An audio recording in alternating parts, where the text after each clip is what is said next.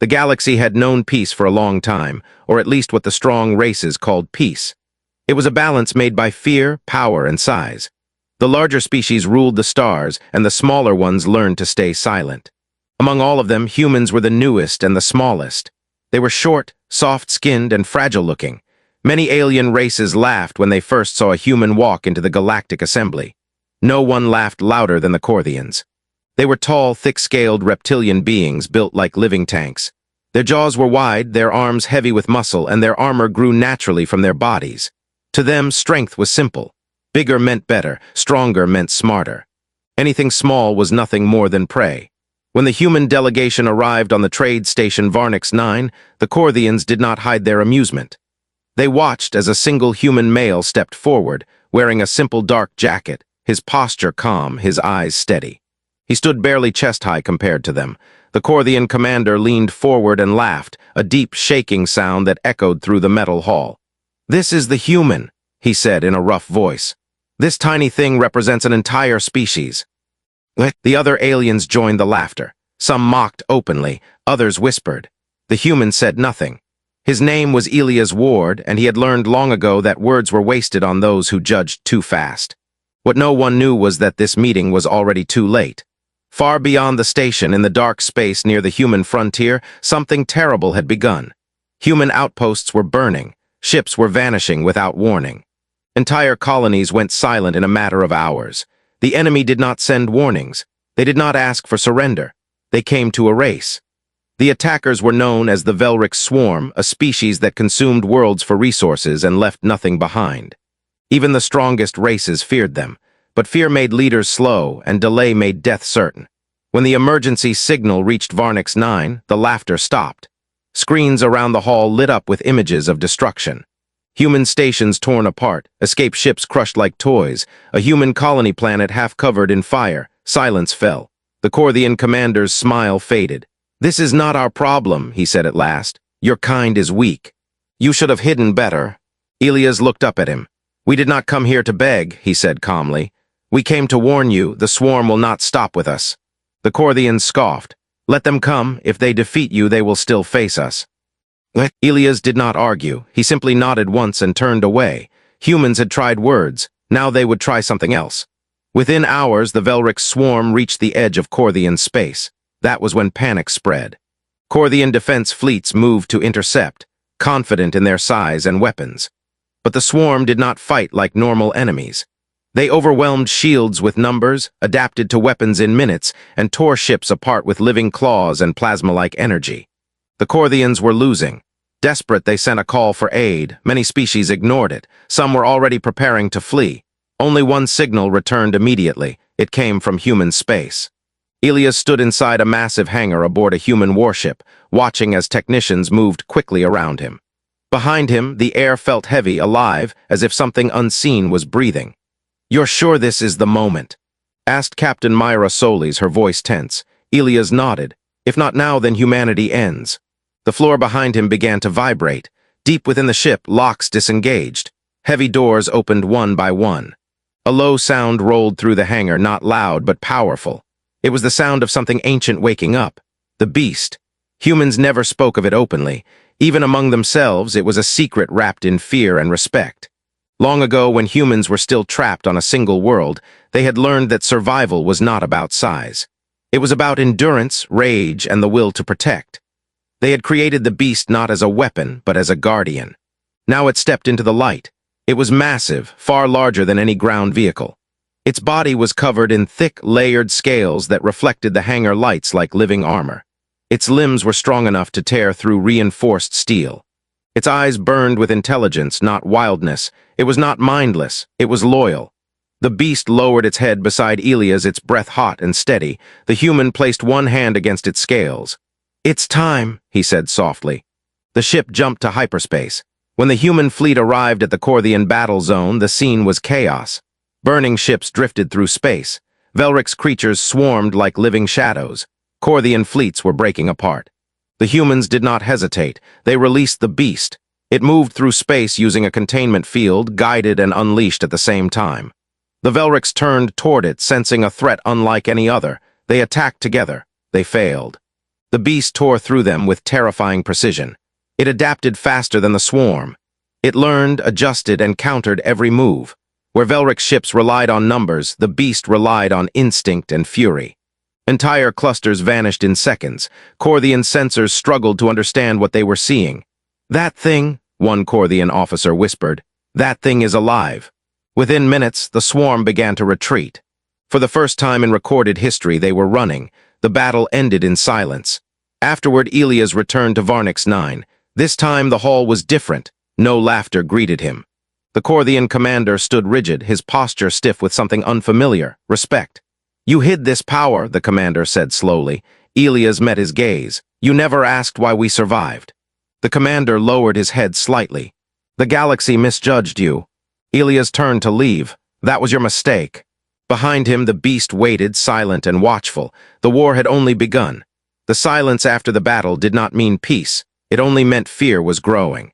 Across the galaxy, news spread fast. Not through speeches or announcements, but through whispers, broken signals, and nervous conversations between commanders. The Velrix swarm had been stopped. Not slowed, not delayed, stopped. And the ones who did it were the smallest species anyone had ever mocked.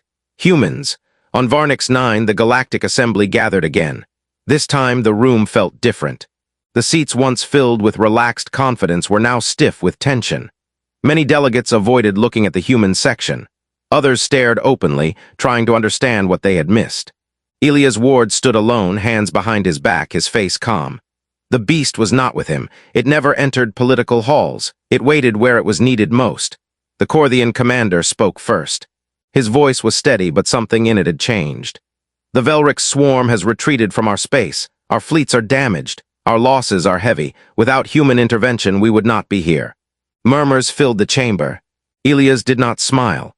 "This does not make us allies," another alien delegate said sharply, a tall avian species with sharp eyes. "You revealed a weapon capable of breaking any force. How do we know humans will not turn it on us?" The question hung in the air. Elias finally spoke. "Because if we wanted you gone, you would already be gone." The room went silent. He continued, his voice calm, not threatening. "We did not create the beast to rule. We created it to survive. You feared us because you never understood us. Now you fear us because you do." Fear shifted into something else, uncertainty. The meeting ended without agreement, no treaties. No promises, only watchful eyes and guarded thoughts. As Elias left the hall, a message reached him. Human space was under attack again. The Velrix had changed tactics. Instead of large fleets, they sent smaller hunting groups. Faster, smarter. They struck supply lines, research stations, and communication hubs. The swarm was learning. On the bridge of the human warship Resolute Dawn, Captain Myra Solis studied the star map. Red markers blinked across multiple systems. "They're testing us," she said, "trying to find weaknesses." Elias nodded. "They will find one if we let them." The beast rested in its containment chamber, unmoving but aware. Its bond with Elias was more than control. It was understanding. It sensed danger before alarms sounded. Suddenly, the ship shuddered. "Contact!" an officer shouted. Velrix ships inside the perimeter. They had slipped through. The Resolute Dawn's weapons fired, but the Velrix moved differently now. They avoided direct hits, striking at engines and sensors. One of them broke through the defense line and latched onto the ship's hull. Alarms screamed. "Release the beast," Myra ordered, but before the command could be completed, something unexpected happened. The Velrix ship detached and fled. "They're running," someone said in disbelief. Elias narrowed his eyes. "No," he said quietly. "They got what they wanted." Moments later, reports came in. The Velrix had attacked a remote human research facility on the edge of known space. A place few even knew existed. Project Hearth. It was old, older than the beast. A place where humans studied not weapons, but history. Their own beginnings, their limits. When Elias arrived, the station was damaged but not destroyed. The Velrix had taken data, not resources, not people. "They're learning who we are," Myra said. Elias felt a chill. "And what scares us?" Deep within the station, a human scientist spoke in a shaken voice. "They accessed the early records, before the beast, before our expansion." "What did they see?" Elias asked. The scientist hesitated. "They saw what humans were like when we had nothing." The Velrix were not just consuming anymore. They were understanding. Elsewhere in the darkness of space, the Velrix hive mind processed the data. Images of early humans flashed through its shared consciousness. Fragile bodies, harsh environments, endless struggle, and something else. Humans did not survive by dominance. They survived by endurance, by adaptation, by turning fear into strength. The hive mind adjusted its strategy. If the beast was humanity's shield, then the shield must be broken. The next attack came fast. Velric's forces bypassed military targets and struck a human civilian transport convoy. No defenses, no soldiers, only families and supplies. When the message reached Elias, his hands tightened into fists. "They're trying to draw us out," Myra said. "They want the beast." "And they know where to look," Elias replied. The beast stirred in its chamber, sensing Elias' anger. Its eyes glowed faintly. The human fleet arrived too late to save the convoy. Wreckage drifted silently. Escape pods floated damaged. Some still held survivors. As rescue teams moved in, Velric's ships emerged from hiding. "It was a trap. Full defense," Myra shouted. The beast was released instantly, charging toward the Velrics with controlled fury. It destroyed 3 ships in seconds, but the Velrics did not flee. They swarmed, more than before. They latched onto the containment field, draining energy, adapting faster than ever. The beast roared, striking back, but its movement slowed. "They're learning how to fight it," an officer said, fear in his voice. Elias watched, his expression hard. For the first time, doubt crept into his mind. The beast broke free and destroyed the attackers, but the cost was clear. Its energy levels dropped lower than ever before. Back aboard the Resolute Dawn, engineers worked frantically. "It can't keep doing this," one said. "If they keep adapting, eventually." "Eventually we lose," Myra finished. Elias looked at the stars beyond the viewport. Humanity had always adapted. Now their enemy was doing the same. "The beast was never meant to fight alone," he said slowly. Myra turned to him. "What do you mean?" Elias' voice was quiet but certain. "We never planned to show the galaxy everything at once." Far away, Velric's forces regrouped. Their hive mind analyzed the battle, calculating losses and gains. They had felt fear for the first time, and they hated it. The swarm began preparing something new, something designed not to destroy the beast but to break the humans behind it. The war was changing, and humanity would have to change with it. The galaxy did not sleep anymore. Every major system was on alert. Trade routes were empty. Defense fleets stayed close to their home worlds. Even the strongest races no longer trusted distance or size. The Velric swarm was changing, and everyone could feel it. On the human warship Resolute Dawn, the atmosphere was heavy. Engineers moved quietly. Officers spoke in low voices. The beast rested in its chamber, recovering, but its presence felt different now. Not weaker, more alert. As if it knew the next fight would not be simple. Elias Ward stood alone, watching a projection of human space. Red markers showed damaged convoys, destroyed stations, and lost colonies. Too many for comfort. "They're not trying to win battles anymore," Captain Myra Soley said as she joined him. "They're trying to hurt us." Elias nodded. "They've learned that humans don't break when they lose territory. We break when we lose people." As if to confirm his words, a new alert appeared. A human frontier colony, small, poorly defended, mostly families and workers. "They won't arrive in time," Myra said quietly, "even at full speed." Elias closed his eyes for a moment. Then he spoke, "We still go." The Resolute Dawn jumped to hyperspace, followed by every available human ship. But they all knew the truth. They would arrive too late. When they reached the colony, the sky was burning. Velric ships hovered above the surface like dark insects. Buildings were shattered. Fires spread across the ground. Human defense forces fought bravely, but they were outmatched. The beast was released before the ship even fully exited warp. It roared into the atmosphere, striking Velric's ships with brutal force. 2 exploded instantly, others scattered, but once again the swarm did not panic. They adapted. From their ships, strange energy pulses fired, forming shifting fields around the beast. Its movement slowed, its strikes met resistance. "They're using resonance fields," an officer reported. "They're trying to contain it." Elias felt it through the bond. The beast was fighting, but it was being tested in ways it never had before. Then something worse happened. A Velric's vessel broke away and descended toward the colony's evacuation zone. "They're targeting civilians," Myra shouted. Elias did not hesitate. "Redirect the beast." But before the command could fully reach it, the beast hesitated. For the first time, its attention was split. The Velrics had forced it to choose. Elias felt the strain like a blade in his chest. The beast was powerful, but it was still bound by limits humans had placed on it long ago.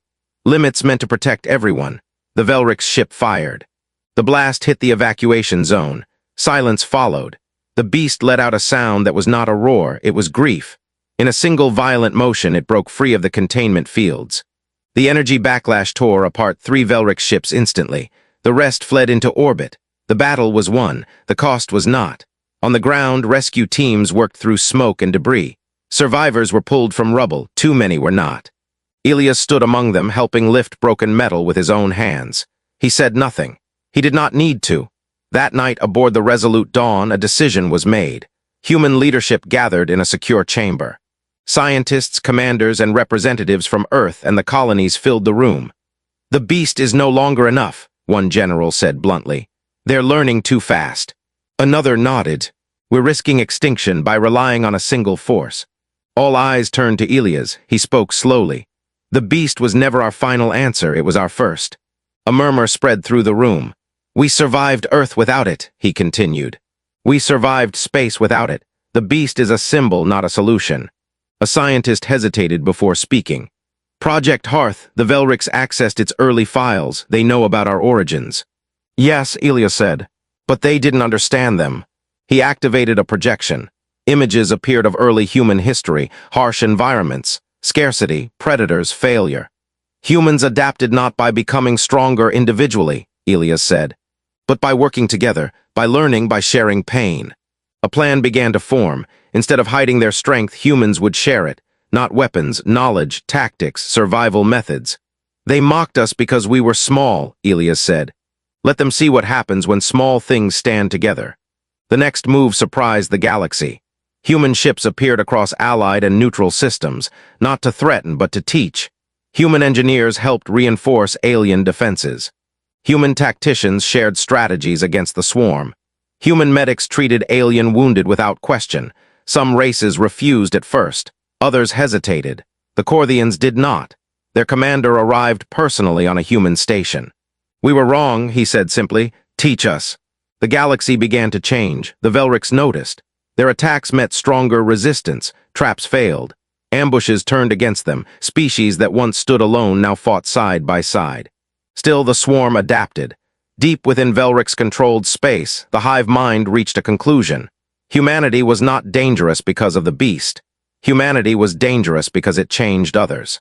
A new directive spread through the swarm. Do not fight the beast. Do not fight the fleets. Break the bond. The next attack was surgical. Velric's infiltrators struck a human research hub near the core worlds. Their target was not data. It was Elias. Alarms blared as the Resolute Dawn scrambled, but the Velrics had planned carefully. Disruption fields cut communication. Escape routes vanished. The beast sensed danger instantly and moved toward Elias, tearing through corridors to reach him. But the Velrics were faster. They activated a device built from stolen human research and Velric's biology. A pulse spread through the station. Elias dropped to one knee. The bond flickered. The beast roared in confusion, its movements unsteady. "They're severing the link," Myra shouted over the chaos. Elias struggled to stand. Pain tore through his head, but his eyes stayed focused. "No," he said through clenched teeth. "They're testing it." The Velrics surrounded him, their forms shifting, weapons ready. They did not attack immediately. They watched. They wanted to see what happened when the humans stood alone. The beast slammed against the containment barrier, roaring, fighting to reach him. The bond strained but did not break. Elias forced himself upright. "You still don't understand us," he said, his voice weak but steady. The Velrics advanced. Behind Elias, alarms screamed. The station shook. The bond pulsed once more, not breaking, changing. The beast stopped struggling, and the Velrics suddenly realized something was very wrong. The bond was not one way. Humanity had been holding back, and now they were letting go. The pulse faded, but the silence that followed was heavier than any explosion. Elias stood still, breathing slowly, his hands shaking. The pain in his head did not disappear, but it changed. It no longer felt like something tearing him apart. It felt like something opening. Across the chamber, the Velrics infiltrators paused. Their weapons stayed raised, but their movements slowed. They were waiting for a reaction they understood. Fear, panic, collapse. It did not come. The beast stopped roaring. That alone confused them. Inside its chamber, the massive creature lowered its head. Its breathing became steady. The wild fury it usually carried during battle was gone, replaced by something sharper, focused, aware. Elias felt it clearly now. The bond was no longer just control or command, it was shared purpose. The Velric's device continued to hum, trying to weaken the connection, but instead it did something unexpected. It stripped away the limits humans had placed on the bond long ago. Safety locks, emotional barriers, distance. The Velrics had wanted to isolate the human. They had done the opposite. Elias lifted his head and looked directly at the nearest Velrics. His voice was quiet, but it carried through the chamber. You wanted to know what happens when we stand alone. He took one step forward. We don't. The beast moved. The containment barrier shattered outward, metal bending and tearing like paper. The shockwave knocked Velric's soldiers off their feet. Alarms died instantly, crushed by the force.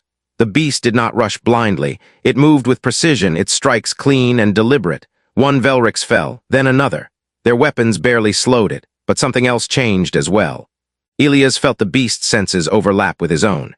He could feel movement behind walls, threats before they appeared, fear inside the Velric's hive-linked minds. It was overwhelming, but he held on. Captain Myra Solis reached the chamber with armed security teams. She stopped short, stunned by the sight. The beast stood protectively in front of Elias, its massive body forming a living shield. Its eyes were calm, intelligent. What did they do to you? She asked. Elias shook his head slowly. They showed us what we were afraid to become. The Velric's retreat was fast and messy. They did not try to regroup. They fled the station entirely, abandoning ships and equipment. For the first time since the war began, the humans did not chase them, because the truth was clear now. The Velric's were no longer confident. Across the galaxy, something shifted. The swarm's attacks slowed. Their patterns became cautious. They avoided direct contact with human-led forces and refused to engage where multiple species were present. The hive mind was recalculating. On Earth and on dozens of human worlds, leaders watched the data and understood the danger. Humanity was winning battles, but the war was far from over. Elias was called back to Earth. The chamber where human leadership gathered was simple. No grand decorations, no symbols of power, just people who had lived too long with fear. You are changing the beast, one council member said carefully, or it is changing you. Elias did not deny it. We were afraid of losing control, he said. So we built walls, limits, distance, but control was never the point. Another leader leaned forward. And what is the point? Elias met their gaze. Trust. Silence followed. We can't rely on one guardian, a general said, even if it's stronger now. We shouldn't, Elias replied, and we won't. He activated a projection. Human and alien forces appeared together, training. Shared command structures, mixed fleets. The beast taught us something, Elias said. Power means nothing without unity. We don't need more beasts. He paused. We need more bonds. The idea was dangerous, revolutionary. Human scientists and alien engineers worked together to adapt the concept. Not to copy the beast, but to understand the connection it represented. Smaller, controlled neural links, shared battlefield awareness. Emotional resonance between allies, trust made tangible. Some species refused, afraid of losing individuality. Others hesitated. The Corthians did not. Their warriors volunteered first. They stood shoulder to shoulder with humans, enduring the discomfort, the vulnerability of shared sensation. And they did not break. They adapted. The first bonded fleet launched weeks later. Human pilots, Corthian heavy ships, and smaller allied vessels moved as one. Not perfect, but connected. When Velric's scouts encountered them, they pulled back immediately. The hive mind observed and grew uneasy. This was not how prey behaved. Deep within Velric's space, a new structure began to form, larger than anything before. A living command nexus designed to overwhelm not just weapons, but minds. The swarm decided that if unity was humanity's strength, then unity must be shattered. They targeted the center. Earth. The warning came late. Velric's forces emerged from hidden corridors in space, bypassing outer defenses. They did not attack fleets. They went straight for the planet. Panic spread faster than any invasion. Human defense fleets rushed to intercept, but they were outnumbered. Even with allies, the Velric's had committed everything. Elias stood aboard the Resolute Dawn, watching Earth grow larger in the viewport. The beast was with him, calm but ready. They're not holding back anymore, Myra said. They can't, Elias replied. This is their endgame. The bonded fleet formed up around Earth, layers of defense overlapping. Velric's forces struck hard, their new command structure coordinating attacks with terrifying efficiency. Human ships fell. Alien ships fell. The beast was released once more, charging into the heart of the Velric's formation. It tore through ships, but even it slowed under the pressure. "They're focusing everything on it," an officer shouted. "They want it gone." Elias felt the strain immediately. The bond flared, pain and determination mixing together. Then he made a choice. He opened the bond further, not just to the beast, to the fleet. For a brief, terrifying moment, thousands of minds touched. Human, Corthian, alien, fear, courage, anger, hope, all of it connected. Some screamed, some collapsed, but most held on, and something incredible happened. The fleet moved as one. Attacks synchronized without commands. Defenses adjusted instantly. Pilots reacted before the galaxy held its breath after the battle for Earth. For the first time since the war began, there were no new Velric's attacks. No raids, no probes, no signals. Space felt empty in a way that made everyone uneasy. Silence, humans had learned, was never peace. It was preparation. Elias Ward spent days recovering. His body healed faster than his mind. The experience of touching thousands of thoughts at once had left marks no scanner could see. Sometimes he heard echoes, fear, courage, loss, fading slowly like distant voices. The beast stayed close. It no longer needed a chamber. It rested near the resolute Dawn's hull, drifting in controlled space, watchful and calm. Its bond with Elias was stable now, deeper than before, but no longer painful. They understood each other without effort. Captain Myra Solis met Elias in the observation deck. Earth glowed below them, peaceful again, but scarred. "Scouts report movement at the edge of Velric's space," she said. "Not fleet's construction." Elias nodded. "They're building something." Human and allied intelligence gathered fragments of data. What they revealed was troubling. The Velrics were no longer spreading out. They were pulling inward, systems abandoned, resources redirected. "They're concentrating everything," a Corthian strategist said, "like an animal cornered." "No," Elias replied quietly, "like an animal planning one final strike." The galaxy's leaders met again, this time not in mockery or fear, but necessity. Humans, Corthians, avians, machine species, and others shared one room. "The Velrics won't stop," one delegate said. "Even wounded, they'll come back. And if they do," another added, "we may not survive another full invasion." Elias stepped forward. "They won't invade again." The room turned to him. "They're afraid of losing control," he continued. "Their hive mind depends on perfect unity. What we showed them threatens that, so they'll try to erase it." "Erase what?" the Corthian commander asked. "Us," Elias said, "all of us." At once, a heavy silence followed. Human scientists confirmed it days later. The Velrics were building a massive structure deep in their territory, larger than any ship, larger than any station. It was designed to emit a galaxy-scale signal, a mental shockwave meant to disrupt bonds, emotions, and coordination. A weapon aimed at unity itself. "If they activate it," Myra said, "every bonded force collapses, maybe more." Elias closed his eyes. He could feel the beast's concern through the bond. "They're afraid of connection," he said, "so they're trying to poison it." The decision came quickly. There would be one final mission, a strike deep into Velric's space. Not to conquer, not to destroy everything. To end the hive mind's control forever. It was a dangerous plan, maybe impossible. But humans had survived impossible before. The fleet that assembled was unlike anything the galaxy had seen. Human ships at the core, Corthian heavy carriers guarding the flanks, smaller allied vessels filling gaps with speed and precision. No species stood alone. At the center drifted the beast, not as a weapon, as a symbol. As the fleet jumped into hyperspace, Elias felt a quiet resolve settle in. Fear was there, but it did not control him. It never had. They emerged near the Velric's core systems and were immediately attacked. Defensive fleets surged forward, more coordinated than ever. The battle was brutal. Allies fell, ships burned. But the bonded fleet adapted faster. When one ship took damage, others moved instinctively to protect it. Commands were shared without words. They pushed deeper. At last they saw it, the Velric's nexus. A massive living structure pulsing with dark energy surrounded by layers of defenses. It was beautiful in a terrible way. Perfect. Cold. Absolute. "This is it," Myra said. "If we fail here." "We won't," Elias said. The beast moved ahead, drawing fire. It absorbed hits that would have destroyed entire ships, but even it slowed under the pressure. Elias felt the strain again. The old fear returned, not of death, of loss.